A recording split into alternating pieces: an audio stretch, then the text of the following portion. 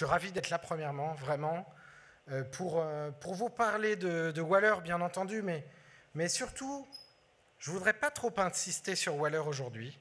Je voudrais insister sur la démarche que j'ai depuis quelques années maintenant et que je partage, je crois, avec beaucoup d'éditeurs en France, et je crois que je partage avec OVH Cloud, bien entendu. Alors, Waller, l'idée, d'abord, je voudrais vous dire quelle est notre mission, la mission qu'on s'est donnée, parce que vous savez, quand on réfléchit, on commence à faire du marketing en entreprise, on veut définir ce qu'est la mission de l'entreprise. Nous, notre mission, en synthèse, c'est pouvoir rendre le contrôle de ce qu'il fait à l'utilisateur. Alors, ça peut paraître bête comme chou. À vrai dire, quand on utilise un marteau, on a bien le contrôle, on tape sur un clou. Mais quand on utilise Internet, les technologies, c'est un petit peu moins vrai. Où sont mes données? Qui peut les exploiter? Puis-je les supprimer? Pourront-elles être retrouvées? Est-ce que je suis en capacité de maîtriser mes communications visio, audio? Ça, c'est vraiment notre mission, de créer une plateforme qui permet pour n'importe qui, pas seulement les organisations, de retrouver un certain contrôle. Et en ce sens, ne plus asservir l'utilisateur, véritablement, ou devrais-je dire l'internaute, mais véritablement le servir. Ça, c'est très important pour moi. C'est retrouver, comment dire, une certaine idée de ce que pourrait être un outil. Vous savez, on prétend qu'il y a beaucoup d'outils sur Internet. Moi, je prétends le contraire. Je pense qu'il y a beaucoup de plateformes ou d'outils, soi-disant, qui sont là pour nous asservir plutôt que nous servir. Or, le premier besoin d'un utilisateur, c'est d'accéder à un service.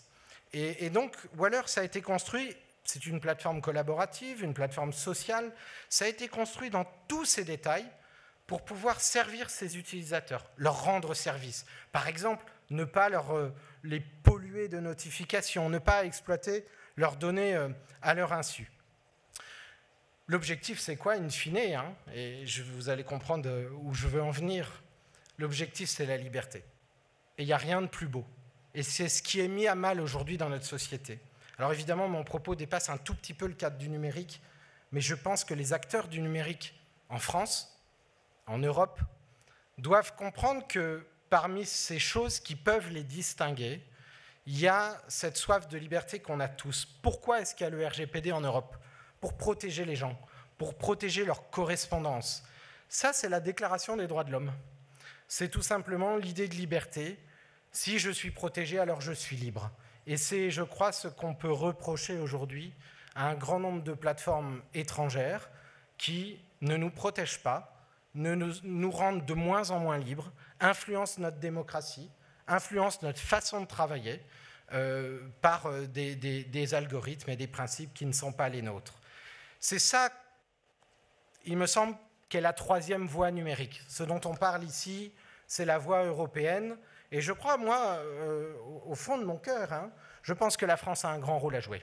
Je pense que la France aujourd'hui, et nous, les entrepreneurs de France, nous avons un rôle non pas fermé sur nous-mêmes, mais un rôle comme la France a toujours eu, c'est-à-dire promouvoir quelque chose qui dépasse la France, qui est quelque chose d'un peu humaniste. C'est ça la troisième voie du numérique, c'est ni les GAFA, ni les BATX, on connaît les torts des uns et des autres, mais une voie qui nous soit propre, une voie qui ne trahit pas notre culture.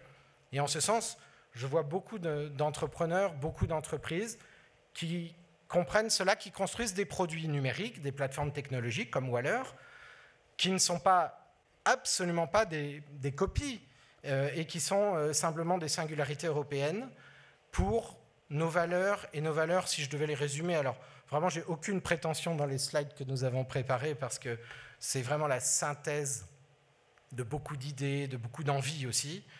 Nous, ce qu'on veut faire, c'est quoi? C'est permettre plus de création. Alors ça, je vais vous en parler un petit peu.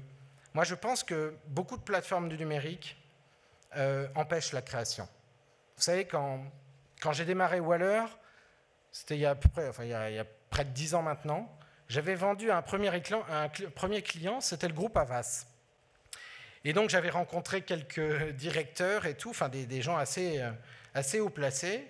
Et je me souviens d'une rencontre singulière, alors le nom de la personne m'échappe un petit peu, mais à qui j'essayais de convaincre, évidemment, de pouvoir utiliser une plateforme sociale et tout. Bon, c'était un petit peu en avance de phase, mais maintenant c'est plus simple. Et donc le gars me dit, mais j'ai pas le temps, regardez ma boîte mail, j'ai 200 mails, je passe ma vie à dépiler des mails. Bon, ça n'a rien de nouveau, mais ça veut dire quoi? Quand on en est arrivé à ce point où toute notre journée de travail, on dépile, on est soumis en réalité à au bruit du monde, eh bien ça veut dire qu'on ne peut plus créer, qu'on ne peut plus inventer. Et ça, c'est quelque chose qui est très important. Et dans la conception de Waller, on a fait en sorte que nos utilisateurs, bien que pouvant gérer de plus en plus de sphères de communication, eh bien, ne soient jamais surchargés par les pushs, par le bruit, par la vague d'infobésité qui évidemment nous remplit jour après jour. C'est aussi plus de protection. La protection, bon, en un mot, c'est la cybersécurité. C'est pas autre chose. C'est créer des lieux numériques qui sont, comme on l'a vu dans les pitchs précédents, ultra sécurisés. Et ça, c'est la raison pour laquelle nous, Waller, il y a 2 ans, nous avons décidé de migrer toute notre infrastructure chez OVH Cloud, qui présentait déjà de grandes garanties sur ce sujet et qui, je crois, présente aujourd'hui encore plus de garanties. C'est la raison pour laquelle nous, on va migrer toutes nos infrastructures sur le Secnum Cloud d'OVH. Et enfin, plus de liberté, c'est ce que je disais avant. Quand vous êtes protégé, quand vous avez utilisez des outils qui sont à l'image de votre culture qui vous permettent de créer, alors vous êtes libre, alors vous pouvez créer des choses, inventer, et voilà, et je crois que c'est de ça dont a besoin notre pays et notre continent. La souveraineté numérique, puisque c'est cela dont on parle, souveraineté pour moi c'est la liberté d'un peuple à disposer de lui-même. Pour faire court, ça a été un gros mot, je sais, pendant beaucoup d'années. Aujourd'hui, Dieu merci, ce n'est plus un gros mot. La souveraineté, c'est tout simplement la liberté, dire mes données m'appartiennent, il n'y a pas de raison qu'elles soient stockées ailleurs ou gérées par quelqu'un d'autre.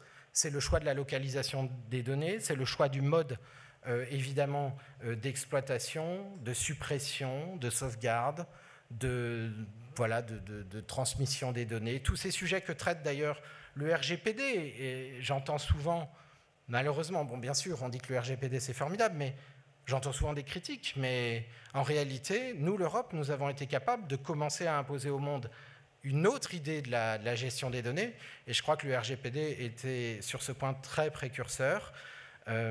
Voilà, ce que je voudrais dire surtout, c'est que la souveraineté numérique, c'est pas du tout comme le greenwashing, c'est pas le souveraineté washing.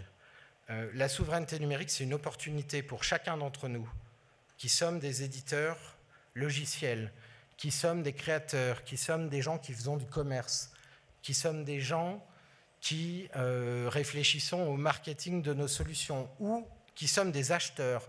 C'est une opportunité pour nous de faire quelque chose de différent, différent de ce qu'on nous impose en permanence, différent des modèles. Vous voyez, aujourd'hui, toutes les plateformes se ressemblent. Teams ressemble à Slack, Facebook ressemble à LinkedIn, enfin, vous voyez, tout se ressemble. En Europe, nous avons l'opportunité de faire des choses qui ne ressemblent pas aux GAFA. Et c'est la raison pour laquelle moi, je n'aime pas du tout ce mot. On dit souvent les alternatives. Vous êtes des alternatives. Ben, formidable. Moi, si j'étais une alternative, ça voudrait dire déjà, je démarre petit. Non, on n'est pas des alternatives. On est des gens qui créent des solutions qui ne sont pas la même chose et qui sont à l'image de notre culture.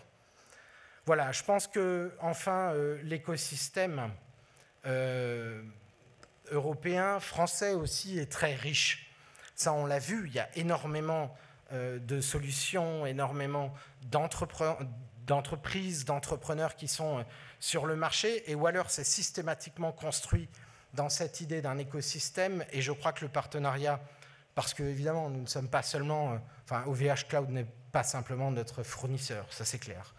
Il y a du partenariat, et ces partenariats, nous, ils ont vraiment fait notre solution. Alors là, j'ai illustré avec quelques-unes des solutions que nous implémentons, voilà, avec lesquelles on est en relation. Il y a un écosystème extrêmement riche en France, en Europe. Vous voyez, DeepL, c'est une société allemande, je crois OnlyOffice, c'est un projet européen. Enfin, il y a beaucoup de choses.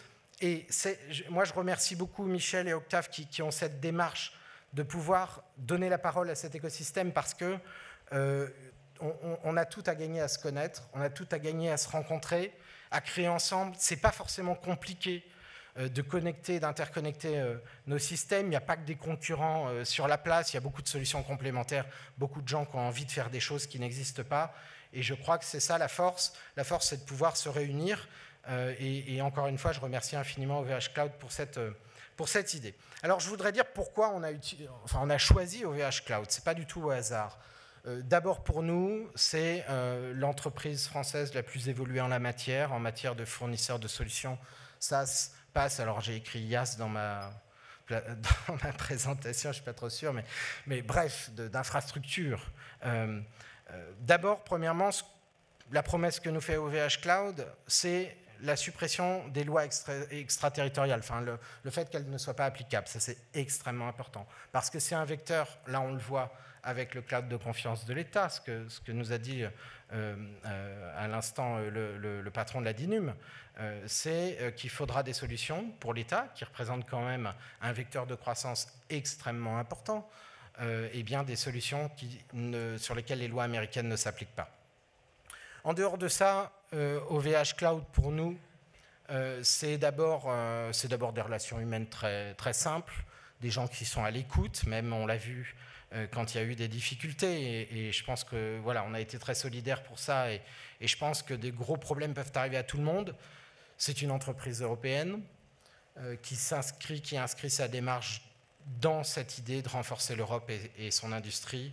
C'est une entreprise qui travaille à l'écosystème, à rassembler l'écosystème. Dès lors, moi, que j'ai écrit à OVH que je voulais migrer Waller, alors on avait quelques serveurs en Angleterre à l'époque, Octave Klaba m'a reçu dans un café, enfin on a tout de suite parlé, ça a été, paraît-il, évoqué au COMEX, enfin c'est des gens qui prennent au sérieux même les petites affaires, et qui font en sorte que ces petites affaires deviennent de grandes affaires.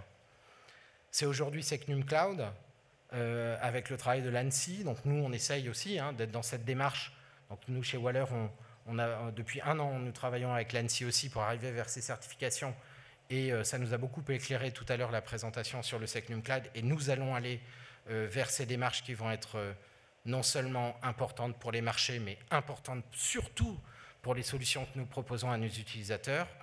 Et puis, voilà, moi ce que je voudrais, c'est juste terminer sur un mot positif sur l'innovation.